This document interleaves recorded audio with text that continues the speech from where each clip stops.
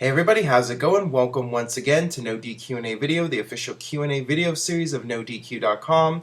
If you missed the last video, I mentioned that you can once again submit questions to formspring.me/AaronRift. So we're back at Formspring. Send in your questions, anything WWE TNA related. With that being said, let's get right down to it. Alright, the first one today. Do you think Chris Jericho will ever win the WWE or World title again before he retires? I definitely see it as a possibility. You have to keep in mind right now that Chris Jericho is in this kind of role where he's doing Fozzy, he's only part-time in WWE. So as long as he's not full-time in WWE, I think it's unlikely that he's going to be pushed to the top. And I don't think he has a problem with that. I think Chris Jericho likes coming in and being able to help some of the younger talent. So he's more of a supporting player at this point. Now, when the day comes that he decides to retire and wants to call it a career, I could very well see him having one last full-time run and perhaps getting a shot at the WWE title or the world title. So I would not rule it out, and I do think it's a possibility at some point. But right now, he's not in that kind of role where he's going to be carrying the company and being the flagship. But down the line, it could very well happen. All right, this one comes from Mr. Sep EV. Hey Aaron, is Antonio Cesaro in trouble with WWE? All he does now is job to other superstars. I haven't heard anything about him being in trouble with WWE. I think it's just a typical case where WWE pushes a guy for a while and then they just get bored and give up with him and go on to somebody else. I think it's unfortunate that he was the U.S. champion and they were still not pushing him. If you're going to put the title on him, you might as well go all the way with him and let him try to run with it. But you know what? They gave him the title and he just kept doing jobs, and the title ended up losing a lot of value because of it, and it really means nothing right now.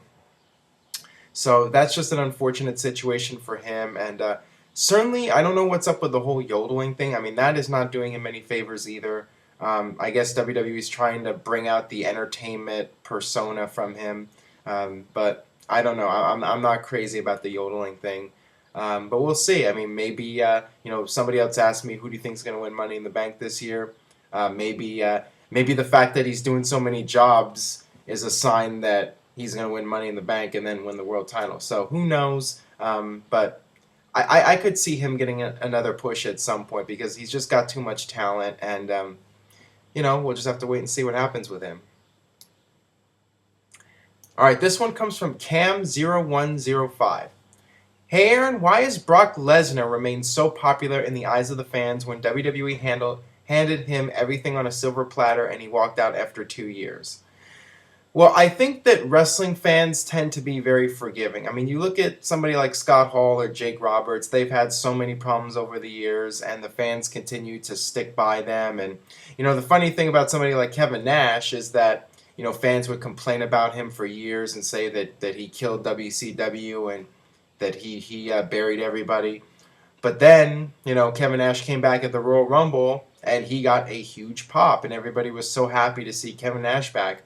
And at SummerSlam a couple of years ago when he returned, he got a huge reaction from people. So I just think it's a case of fans being very forgiving.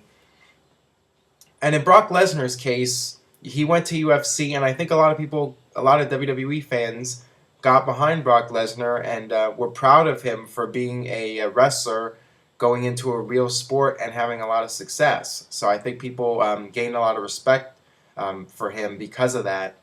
And I think that has a lot to do with fans, forgiving Brock Lesnar and being okay with him coming back and doing a part-time gig in WWE. All right, this one comes from Dan Levinson76. Do you like these people better as a heel or face? Please explain in video and why. John Morrison, AJ Styles, Kazarian, Hernandez, Daniels, Angle, Abyss, and Christian. Well, if I go into detail about each name here, this will run on for way too long, but I'll briefly touch on each guy. John Morrison, I think, is better as a babyface, and the same with AJ Styles. I put them in the category of like a Ricky Steamboat or a Sting, guys that just have natural charisma and they're high flyers. And in the case of Morrison and AJ Styles, they've never been all that strong on the mic. So I think because of that, it's a bad idea for them to be a heel. And, they just do all the flashy moves, and, they're natural fan favorites. So those guys definitely better as baby faces. Kazarian, I think, could go either way. I think Kazarian is a great high flyer, a great wrestler, but he's been doing really well. He's able to bring out that cockiness that makes a good heel. So I think Kazarian's very good at that. And Daniels, same thing with Daniels. He could go either way, but him and Kazarian have been doing really well as heels lately. So the thing about Daniels is he's a very good talker, so he can play either role well. Hernandez. It could go either way with him too. I think he's been better as a babyface. I just think he has more of a likable personality. Kurt Angle, same thing. He can go either way. Angle is so good in either role. It doesn't matter. Abyss, I think, is better as a heel. He's got that monster persona, and wasn't a big fan of the whole where he was Hulk Hogan's sidekick and doing the whole Hulk Hogan thing.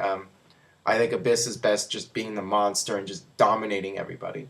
And as far as Christian goes, Christian's another one of those guys that can do either role. I mean, he's a great talker. He can be a great heel, but, when he's a baby face, the people get behind him. So Christian can do either. All right, this one comes from Aliv705. What did you think of the Vengeance 2005 pay-per-view?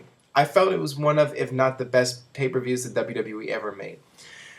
Well, I'm guessing that you did not watch my top 25 greatest pay-per-views in WWE history list, because if you did, you would know that it came in at number 24. So yes, I do consider it among the best WWE pay-per-views ever.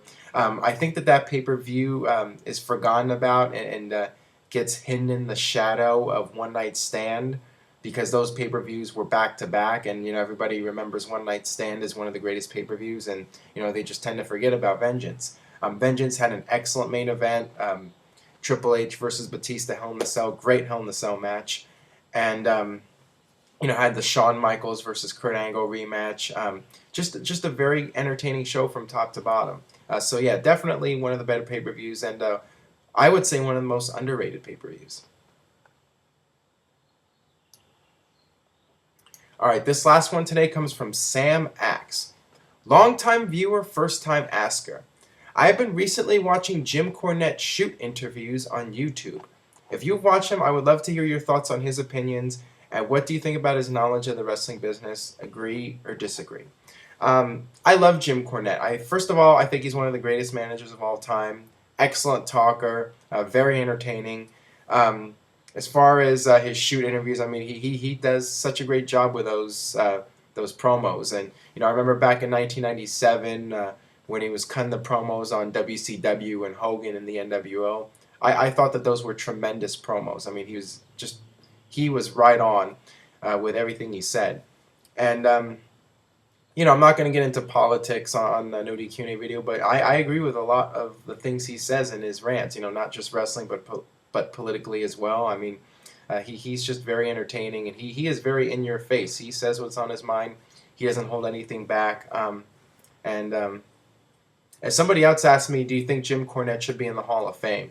I would say yes. I mean, he was one of the greatest managers of all time, and I think that his Hall of Fame speech would be incredible. I mean, he would go out there. I'm worried that he might hold back a little bit because it's WWE, and they might get offended. But I would just let Jim Cornette go out there and just raise hell and just say whatever's on his mind. I think it would be very entertaining. So absolutely, I think Jim Cornette should be in the Hall of Fame, and just a great wrestling personality, one of the best.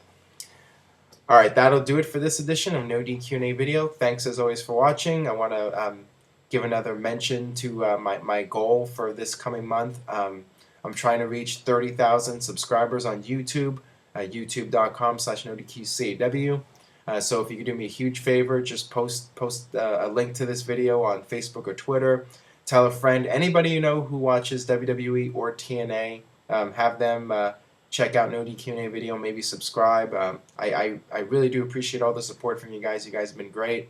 And like I said at the beginning, I'm back to Form Spring, so You want to submit questions, WWE or TNA, keep sending in TNA questions. I will answer TNA questions if I get them. Formspring.me/Aaron Rift. With that being said, I will see you guys next time for more No DQ&A video. Thanks for watching.